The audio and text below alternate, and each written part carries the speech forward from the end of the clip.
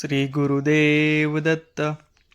नमस्ते तुळ राशीच्या माता भगिनी आणि प्रिय मित्रांनो, जर तुमचा जन्म 1980 नंतर साली झाला असेल आणि तुम्ही तुळ राशीचे असाल तर आजचा हा विशेष संदेश तुमच्यासाठी आहे.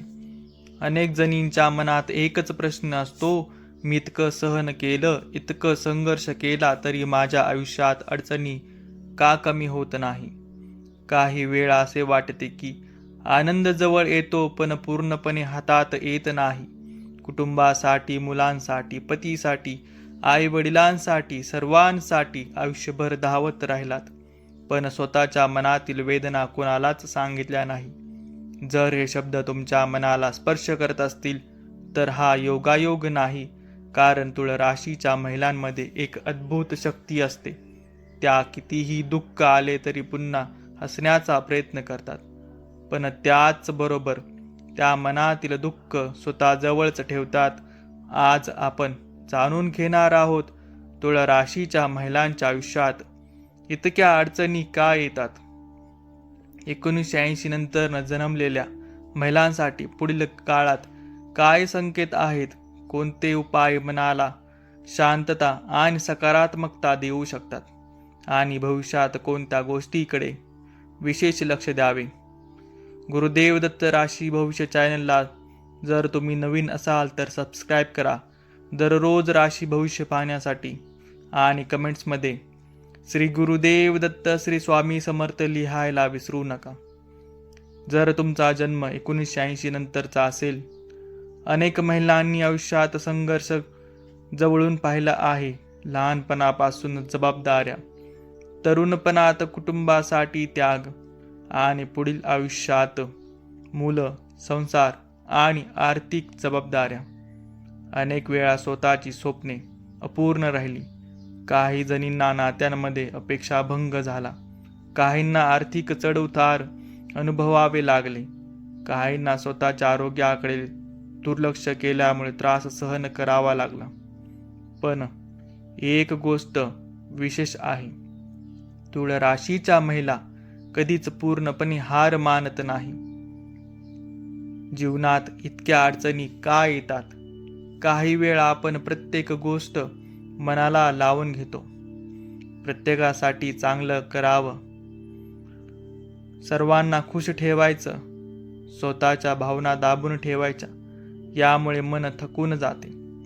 तुळ राशीच्या महिलांनी एक गोष्ट लक्षात ठेवायला हवी, प्रत्येकाला खूप खुश ठेवणे ही तुमची जबाबदारी नाही. कधी कधी स्वतःसाठी जगणे देखील आवश्यक असते. महिलांसाठी विशेष उपाय: शुक्रवारी देवी लक्ष्मीची प्रार्थना करा, मनापासून प्रार्थना करा आणि मंत्र जपा. ओम श्री महालक्ष्मे नमः हा मंत्र श्रद्धेने जपल्याने मनामध्ये सकारात्मक भावना निर्माण होऊ शकतात. स्वतःच्या आरोग्याकडे दुर्लक्ष करू नका. वेळेवर जेवण करा, पुरेशी झोप घ्या, चालण्याचा किंवा हलक्या व्यायामाचा प्रयत्न करा. प्रत्येक गोष्टीची काळजी स्वतःवर घेऊ नका. काही जबाबदाऱ्या इतरांनाही द्या. सर्व काही एकटीने करण्याचा हट्ट सोडा. नकारात्मक लोकांपासून अंतर ठेवा. तुमच्या मनाची शांतता सर्वात महत्त्वाची आहे. जुन्या दुःखांना माफ करा. मनामध्ये राग ठेवला असेल तर सर्वात जास्त त्रास स्वतःलाच होतो. माफ करा, पण पुन्हा तसाच त्रास होणार नाही याची काळजी घ्या. आर्थिक बाबतीत काय करावे? अनावश्यक खर्च टाळा, बचतीला प्राधान्य द्या. भावनेच्या भरात मोठे निर्णय घेऊ नका. कोणावरही अंधविश्वास ठेवू नका. कुटुंबासाठी संदेश: कुटुंब हेच तुमचे सर्वात मोठे धन आहे, पण स्वतःची काळजी घेणे देखील तितकेच आवश्यक आहे. तुम्ही आनंदी असाल तर तुमच्या प्रिय व्यक्तींना आनंद देता येईल. भविष्यासाठी एक संदेश: कितीही कठीण दिवस आले असतील, कितीही वेळा मन तुटलं असेल, कितीही लोकांनी साथ सोडली असेल, तरीही तुमच्यात पुन्हा उभं राहण्याची ताकद आहे. भूतकाळ बदलता येणार नाही, पण आज घेतलेले निर्णय भविष्यातील सुंदर दिवस बनू शकतो. देव प्रत्येकाची परीक्षा घेतो, पण प्रत्येक परीक्षानंतर नवीन मार्ग देखील दाखवतो. आजचा श्लोक. उद्मेन हि सिद्धंती कार्याणि न मनोरथे न हि सुप्तस्य सिंहस्य प्रविशक्ती मुखे मृगा. अर्थ.